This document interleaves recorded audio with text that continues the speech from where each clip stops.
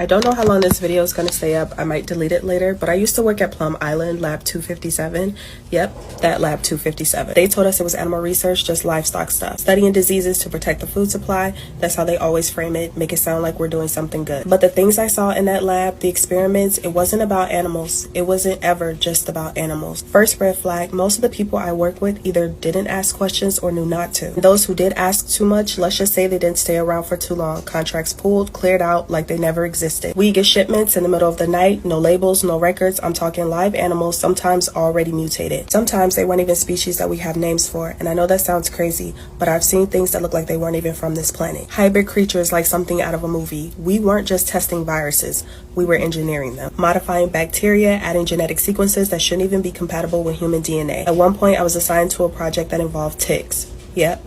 Those ticks. We were told it was a control study to understand how disease spreads, but what we really were doing was testing how to make the virus spread easier, more contagious, more invisible. A few months later, the first Lyme disease cases popped up across the water in Connecticut just out of nowhere.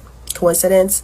Sure. Then there were the containment breaches. We weren't allowed to say the word leak. If something got out, we call it a displacement. You see a mutated deer foaming at the mouth on the shoreline, that's a displacement. You see some wild creature unalive looking like it got stitched together from 4 different animals, displacement. They always had an explanation, always just enough to keep you paranoid but not empowered. That's how they keep you quiet. I shouldn't be saying any of this. I've already seen 2 people disappear after talking too much. Plum Island wasn't just some animal lab, it was a test site, a lab rat farm. And the real test subject, they never stayed on that island, said an alleged whistleblower of Plum Island. If stories like this interest you, be sure to give me a follow because I enjoy having these type of discussions too.